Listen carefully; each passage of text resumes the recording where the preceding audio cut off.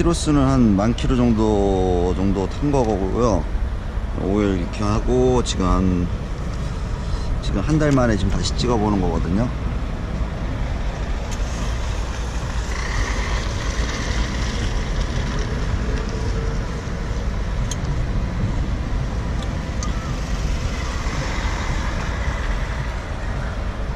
보이시는 대로 오일 색깔이 이렇게 전혀 이제 변화가 없어요. 이제 원 색깔 그대로 있는 거예요. 아니,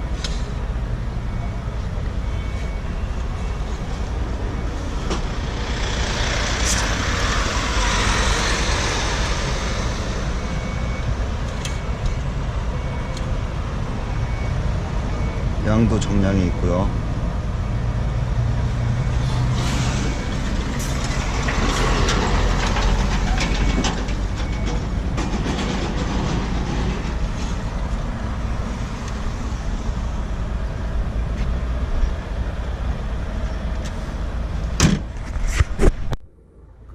온도메다를 보시면은 그 온도메다가 지금 요 정도, 그러니까 요거보다 약간 더 높았어요. 근데 지금 오면서 지금 약간 공회전하면서 열이 더 식었는데 팬은 안 돌았어요.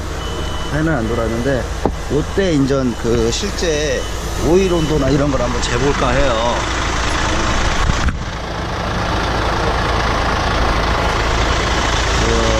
오일 온도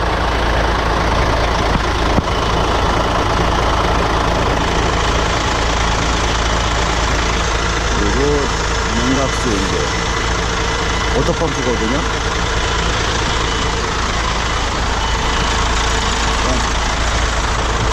이런 거를 좀 재시면은 짐 싣고 지금 이 정도 온도 나오거든요. 이게 이제 많은 도움이 되게 돼요.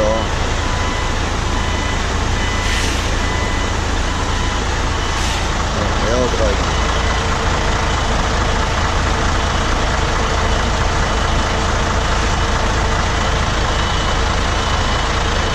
보시는 것처럼 에어가 생산되는 온도가 굉장히 높아요.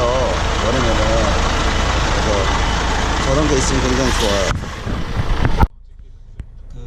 일단은 이거 소음기, 그러니까 어떤 오일이나 뭐 이런 걸 뭐 자주 오일을 이런 거보다는 오일에 대해서 이 소음기하고 오일에 대해서 이제 좀 설명을 좀 드리려고. 이게 지금 먼저 통과하는 부분이 DPF고 두 번째가 SCR인데 이게 상관이 없는 것처럼 보이시겠지만 실제로 상관이 있어요. 상관이 아예 없는 건 아니고 또 상관이 너무 있는 것도 아니지만은 아예 없는 것도 아니고. 그러니까 여기 보시면은 지금 이게 이제 EGR이라는 것에 대해서 설명을 해주는 거거든요. 유로 6, 이제 유로 만차 같은 경우에 이게 저기 볼보 건데 이런 식으로 돼가지고 통과를 한다는 얘기예요. 이런 식으로 해서. 근데 이제 EGR 이제 오일이라는 거 있잖아요. 오일이라는 게 이게 이제 B브럭에 대해 설명을 해주는 건데,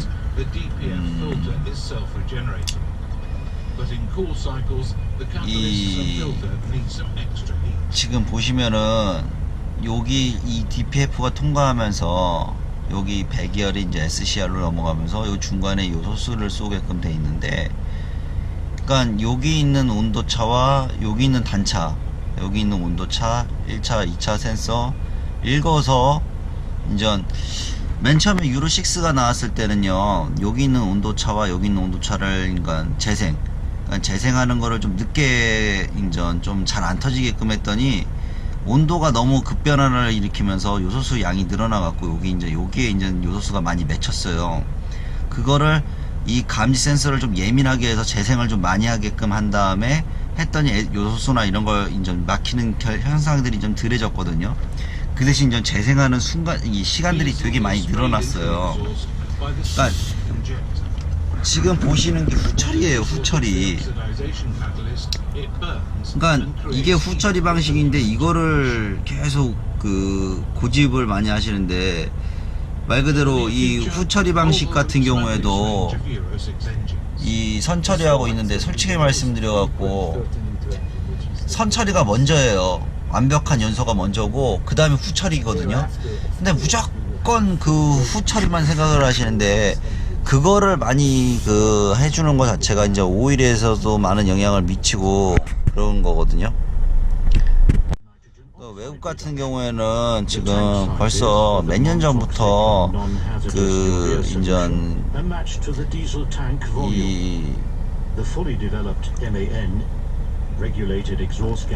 인전 EGR이나 이런 거부터 해가지고 SCR부터 해가지고 인전이 보시면은 이게 제가 말씀드린 부분이 이 부분이거든요. 배기가 나오면서 들어가면서 DPF를 통과를 하고 그 다음에 여기 이제 SCR로 가게 되는 게 유로 6 방식인데 여기 온도 차가 이제 하면서 이제 요소수 양이 늘어나거든요. 그러면서 여기 결정체가 생겨서 막히는 거거든요.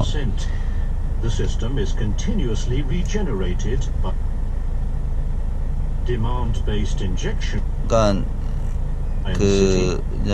다른 차 같은 경우에는 이런 식으로 인전 유로 6 기준이 이런 식으로 변형이 되는데 다른 데는 제가 이거를 계속 이렇게 해드리는 이유는 터보 차저라는 것 자체도 얘네들도 되게 중요시 여기기 때문에 트윈 터보나 뭐 인전 이런 식으로 해서 이 엔진 같은 경우에는 미제 이제 DDC 엔진이거든요. 그러니까 이게 이제 몇 년 전이죠? 이 영상 자체가 이 영상이 2011년도 거예요. 지금 6년 된 거죠. 6년 전에 벌써 얘네들은 컴파운드 터빈이라는 것 자체가 이제 많이 나와 있지만은 미국 같은 경우에도 이제 이 캠 같은 경우에도 지금 보시는 것도 캠 같은 경우도 이제 개수를 줄여갖고 한쪽으로 이제 몰아갖고 더 운동량을 늘려주는 방식이고요. 이런 식으로 이제 고압 펌프 이제 여러 가지로 이게 벌써 6년 전 얘기예요. 이 미국은 이 이야기가 연료 필터도 더 중요시 여기고 있고요. 그러니까 지금 보시면 이게 컴파운드 방식이거든요. 그러니까 이게 이제 보시면은 이 컴파운드 방식이 그러니까 스카냐가 이제 컴파운드 방식이 나오는데 보시면은 터빈에서 나와갖고 컴파운드 바로 돌려요. 그래서 컴파운드가 이제 더 크랑크를 더 잘 돌리게끔 해주는데 보시는 것처럼 짧아요. 스카냐는 꺾이거든요. 엘보우로 두 번 이렇게. 그러면 그만큼 연비가 이제 배기가스가 원활하게 나가지 못하기 때문에 그만큼 부하가 걸리거든요. 근데 이렇게 다이렉트로 하면서 그러니까 이게 벌써 6년 전 이 기술이에요. 이런 기술이. 그러니까 선처리라는 것 자체가 트윈 터보부터 해서 여러 가지가 이제 있고 VGT나 이런 터빈들이 있는데 이런 쪽으로 더 머리를 더 많이 쓰고 이런 쪽으로 해가지고 더 많은 이야기를 나눠야 돼요. 이 선처리라는 것 자체가 지금 이 터빈이라는 게 굉장히 중요하거든요. 근데 자, 이런 터빈이 하나 있고요. 잠시만요. 이게 이제 슈퍼차저하고 이 터빈하고 합쳐진 방식이거든요. 그러니까 말 그대로 인전 엔진 인전 회전하는 거를 슈퍼차저 방식으로 해서 여기 부분을 돌려줘요. 이런 식으로 엔진 벨트가.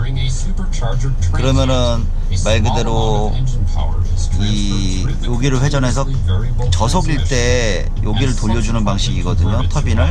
그러니까 이게 선처리 방식이라는 게 이런 걸 보고 선처리 방식이라고 생각을 해요. 제가 생각했을 때는.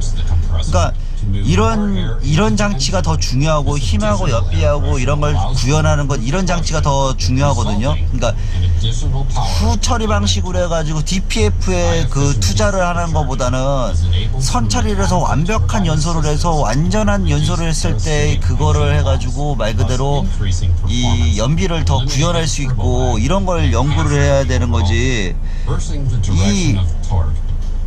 말 그대로 후처리로 똥구녕만 쳐 막는다고 해서 되는 게 아니에요. 그러니까 저연비로 해서 말 그대로 이 부분에 대해서 이 연비를 구현하는 것 자체는 선처리가 제가 봤을 때는 더 중요하다고 생각을 해요. 지금 보시는 영상은 일반적으로 이제 홀세 VGT 터빈이거든요. 이게 이제 날개가 어떻게 움직이는지 그 설명을 좀 드리려고 이런 식으로 움직이는 거예요. 그러니까 기아가 움직여서 이런 식으로.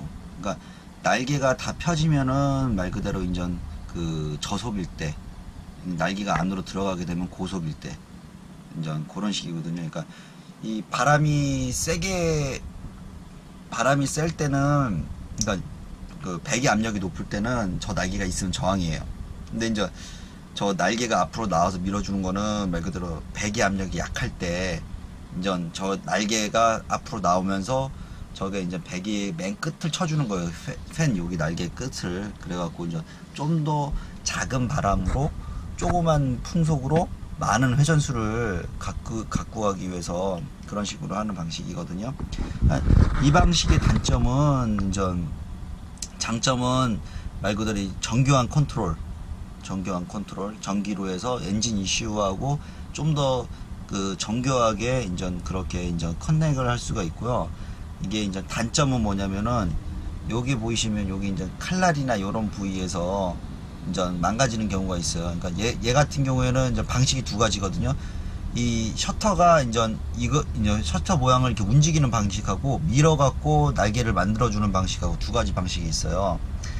그래서 일단은 그런 식인데 장단점은 서로 있어요. 그리고 또 일반 전월 베어링의 장점도 있고 뭐 여러 가지로 서로들의 장장점, 호환점이 있는데, 일단은 VGT 같은 경우에는 양날검이에요. 그래가지고 장점은 빠른 터보렉 스프롭, 빠른 스프롭이 장점인데, 단점은 뭐냐면 고장률.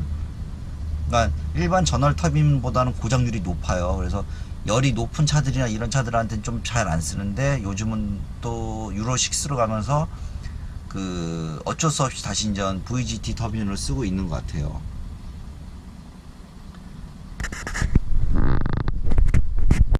이거는 현재 2017년 커미스 엔진이에요. 제가 커미스 엔진을 좋아하는 이유는요, 그 TDC하고 커미스를 되게 좋아하거든요. 저는 엔진 자체를. 그래서 이제 엔진 모양이 안 나오는데, 잠시만요. 그 이제 요 지금 잠깐 나오지만요, 그 터빈이나 이제 VGT 그 터빈이나 이런 그 매니홀드에서 나오는 모양, 이제 크랑크에서 벨트 크랑크의 모양, 그거 하고 요 보시면은 잠깐 보이지만은 이 흡기 매니홀드의 크기가 빅 사이즈예요. 사이즈가 이 자리 내려오고, 흡기 매니홀드나 이런, 그러니까 연료 힐타 모양 뭐 어디 있는지 EGR 모양부터 해가지고 이 모양 하나하나가 디테일하게 좀 차이가 많이 나요. 그 외국하고. 그래서 좀 이런 거를 먼저 많이 해야지만이, 보시면은 워터펌프 뭐 볼보인데도 커미스가 올라가야 돼요. 외국은. 그래야지 엔진을 사요, 얘네들은 차를. 그래서 그 터빈 모양 뭐 여러가지 이 EGR 쿨러 모양이나 이런 걸 보시더라도 기술력 차이가 너무 많이 나요. 지금 보시는 영상은 일반적으로 홀세 VGT 터빈이거든요. 이게 날개가 어떻게 움직이는지 그 설명을 좀 드리려고 이런 식으로 움직이는 거예요. 그러니까 기아가 움직여서 이런 식으로. 그러니까 날개가 다 펴지면은 말 그대로 그 저속일 때, 날개가 안으로 들어가게 되면 고속일 때, 그런 식이거든요. 그러니까 이 바람이 셀 때는, 그러니까 그 배기 압력이 높을 때는 저 날개가 있으면 저항이에요. 근데 저 날개가 앞으로 나와서 밀어주는 거는 말 그대로 배기 압력이 약할 때, 저 날개가 앞으로 나오면서 저게 배기 맨 끝을 쳐주는 거예요. 팬 여기 날개 끝을. 그래갖고 좀 더 작은 바람으로 조그만 풍속으로 많은 회전수를 갖고 가기 위해서 그런 식으로 하는 방식이거든요. 이 방식의 단점은 장점은 말 그대로 정교한 컨트롤, 전기로 해서 엔진 이슈하고 좀 더 그 정교하게 그렇게 커넥을 할 수가 있고요. 이게 단점은 뭐냐면은 여기 보이시면 여기 칼날이나 이런 부위에서 망가지는 경우가 있어요. 그러니까 얘 같은 경우에는 방식이 두 가지거든요. 이 셔터가 이제 셔터 모양을 이렇게 움직이는 방식하고 밀어갖고 날개를 만들어주는 방식하고 두 가지 방식이 있어요. 그래서 일단은 그런 식인데 이제 장단점은 서로 있어요. 그리고 또 일반 전월 베어링의 장점도 있고 뭐 여러 가지로 이제 서로들의 장장점, 호환점이 있는데 일단은 VGT 같은 경우에는 양날검이에요. 그래가지고 장점은 빠른 터보렉 스프롭, 빠른 스프롭이 장점인데 단점은 뭐냐면 고장률. 그러니까 일반 전월 터빈보다는 고장률이 높아요. 그래서 열이 높은 차들이나 이런 차들한테는 좀 잘 안 쓰는데 요즘은 또 유로 6로 가면서 그 어쩔 수 없이 다시 이제 VGT 터빈을 쓰고 있는 것 같아요.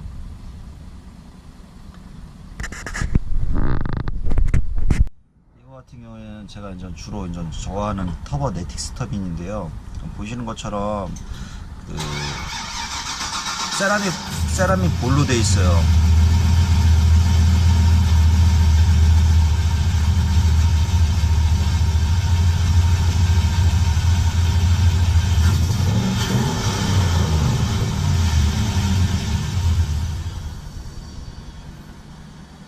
그러니까 세라믹 볼로 돼 있는데 이게 세라믹 볼로 같은 경우는 2000도까지 버티거든요. 아주 제가 이걸 좋아하는 이유는요, 보시는 것처럼 회전수예요. 회전수가 어마어마해요. 그러니까 VGT 터빈 같은 경우에는 한 700 정도, 800 정도, 그러니까 7, 800 정도 요즘 나오는 VGT 터빈 같은 경우 그런 식으로 되어 있거든요. 그러니까 그 터보 렉이라는 걸 없애주기 위해서는 솔직하게 말씀드려갖고 전월 베어링 어느 한계가 있어갖고요. 이렇게 세라믹 볼 같은 경우에도 쓰는 게 굉장히 좋거든요. 근데 세라믹 볼 같은 경우에는 좀 한 제가 원하는 거 갖고 올라 그러면 한 500만원 이상은 들어가요. 그러니까 그래도 VGT보단 싸거든요. 근데 이제 그만큼 그 스프롭이나 이런 건 잘 나와요.